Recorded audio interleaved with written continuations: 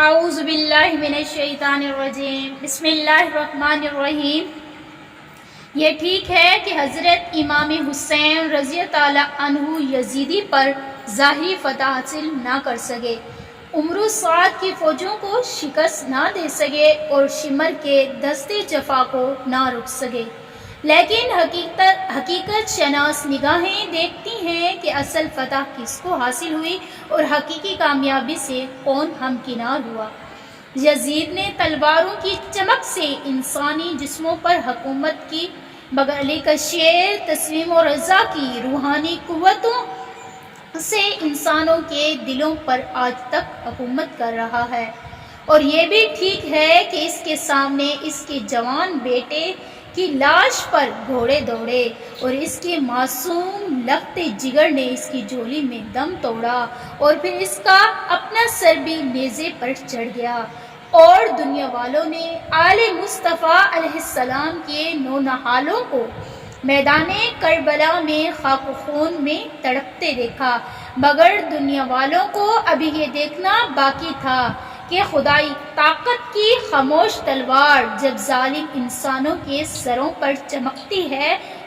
تو پھر ان کا نام و نشان تک مٹا دیتی ہے۔ چنانچہ مختار ثقفی، جو کسی سلطنت کا بادشاہ نہیں تھا، کسی مملکت کا حکمران نہیں تھا، اور اس کے پاس کوئی طاقت و فوج نہیں تھی، نہایت ہی بے سر و سامانی کے عالم میں حضرت امام حسین کی حمایت میں اٹھتا ہے، اور پھر قدرت اس کا ساتھ دے کر اس ایک معمولی سے انسان کو کوفہ کا حاکم بنا دیتی ہے۔ مختار ثقفی نے کوفہ کا حاکم بننے کے بعد جو پہلا حکم جاری کیا وہ یہ تھا کہ جس کے گھر سے بھی قاتلان حسین کی نشاندہی ہوئی اور جس نے بھی ان ظالموں کو پناہ دی، اس کے مکان کی بنیادیں تک اکھیڑ دی جائیں گی اور پناہ دینے والوں کے بچوں کو بھی مار دیا جائے گا۔ خدا کی شان بے نیازی کا تماشا تو دیکھو کہ آج سے کچھ زمانہ پہلے جس کوفہ میں ابن زیاد نے یہ اعلان کروایا تھا کہ جس گھر سے حضرت مسلم اور اس کے بچوں کی اطلاع ملی اس گھر کو مسمار کر دیا جائے گا، اور آج اسی کوفہ میں مختار ثقفی کا یہ اعلان ہوتا ہے کہ جس نے بھی قاتلان حسین کو پناہ دی اور اس کی گردن اڑا دی جائے گی۔ وہ کوفہ والے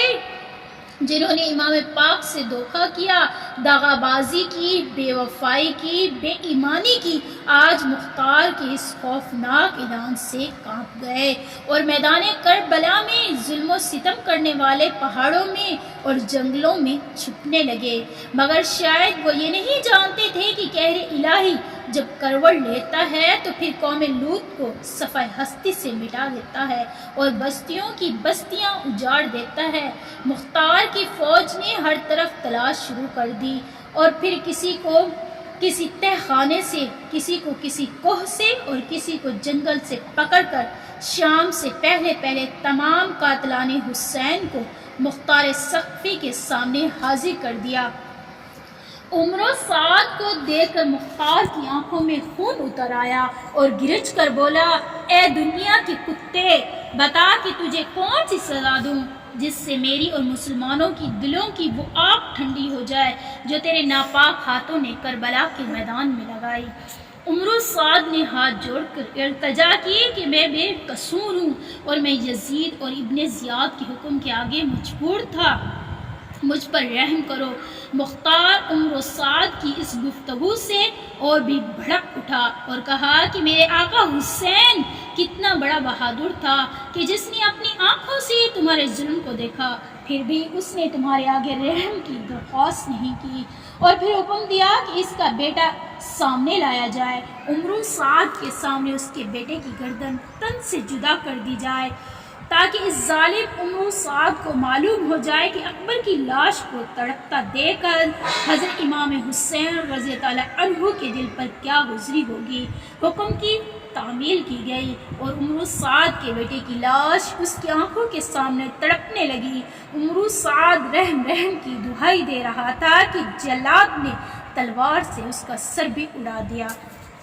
عمر سعد کو اس ظلم و ستم کی سزا دینے کے بعد مختار نے شمر سے کہا، کیا تو ہی وہ بدبخت انسان ہے جس نے نواسے رسول کی مبارک چھاتی پر چڑھ کر گلے پر خنجر چلایا تھا؟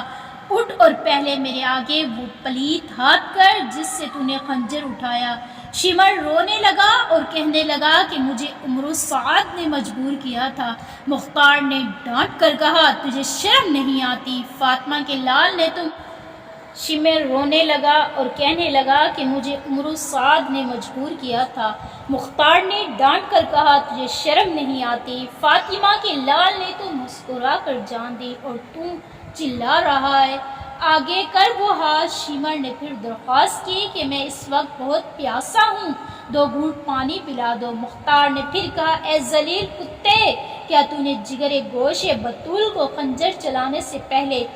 پانی پلایا تھا جو آج مجھ سے پانی مانگ رہا ہے؟ شمر نے ہاتھ آگے کیا، مختار نے تلوار مار دی اور شمر کے دونوں ہاتھ زمین پر تھے، اور پھر مختار نے شمر کے گلے پر خود خنجر چلا کر اس کو ختم کیا۔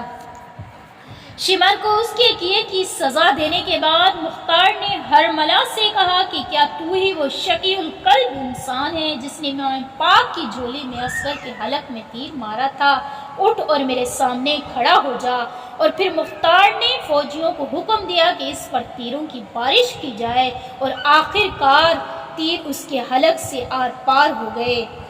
ہرملا کی لاش ابھی زمین پر تڑپ ہی رہی تھی کہ خولی لایا گیا۔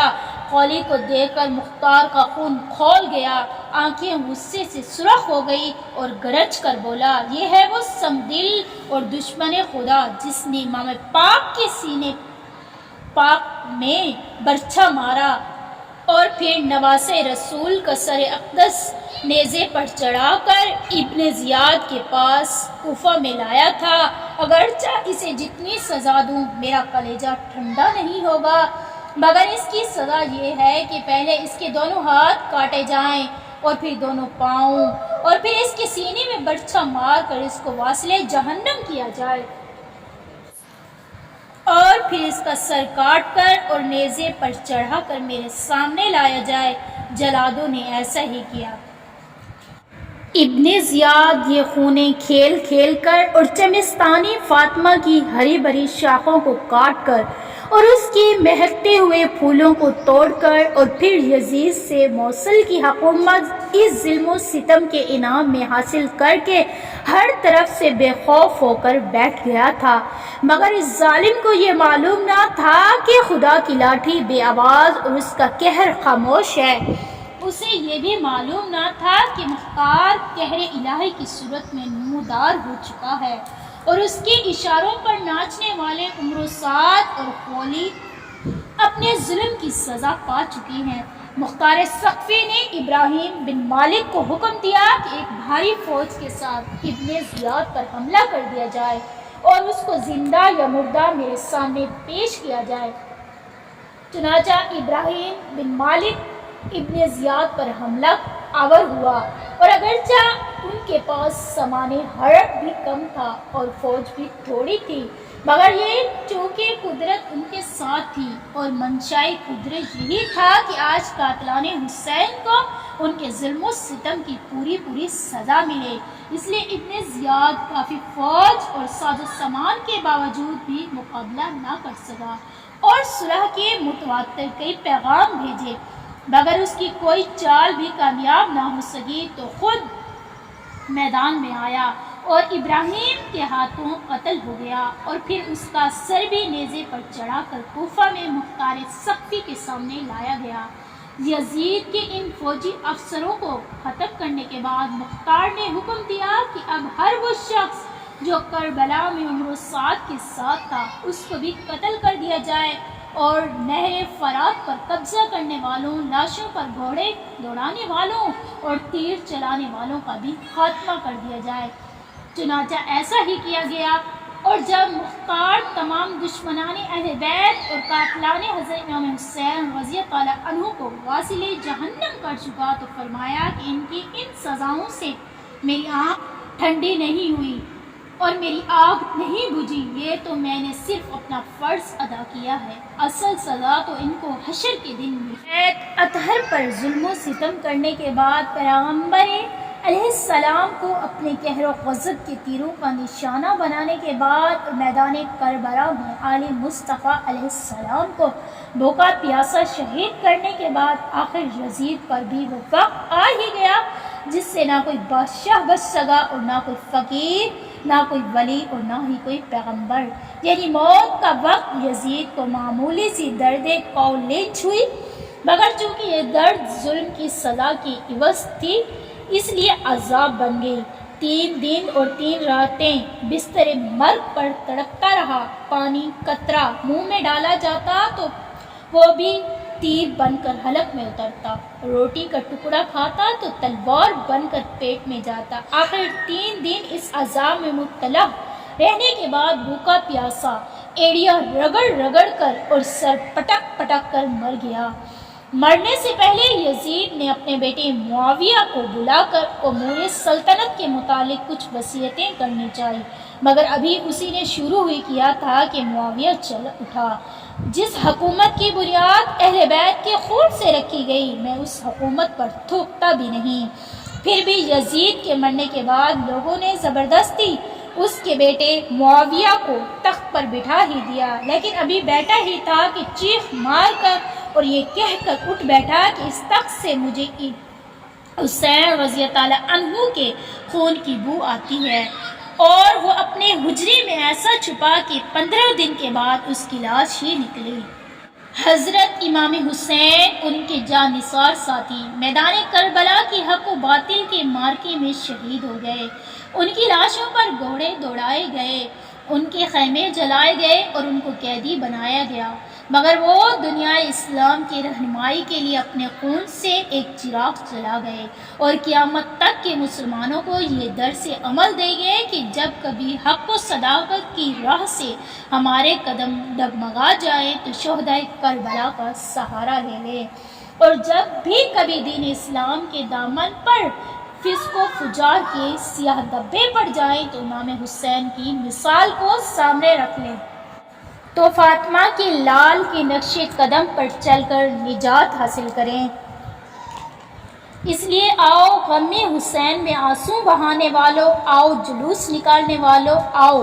پیٹنے والے آؤ، اور محبت حسینی کا دعویٰ کرنے والے آؤ، اور نواز رسول کی سیدھی راہ پر چلیں، ان کی تحریک کو زندہ رکھیں اور اپنے اندر وہی عزم و استقلال، وہی تسلیم و رضا، وہی جذبہ احسار و قربانی اور وہی طریقہ سخاوت و عبادت پیدا کریں۔ یہی اسوہ حسینی ہے، یہی ان کی تعلیم ہے اور یہی ان کا دیا ہوا درس عمل ہے۔